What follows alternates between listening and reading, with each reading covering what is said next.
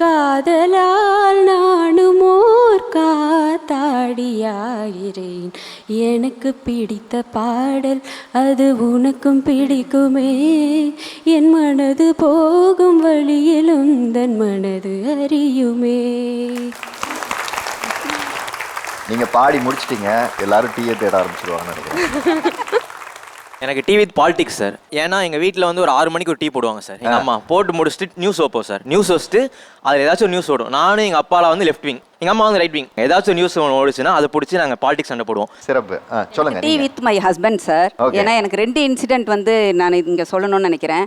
என்னுடைய 2வது டெலிவரி அப்போ பார்த்தீங்கன்னா டியூ டேட் கொடுத்துட்டாங்க. நைட்டு 11 மணிக்கு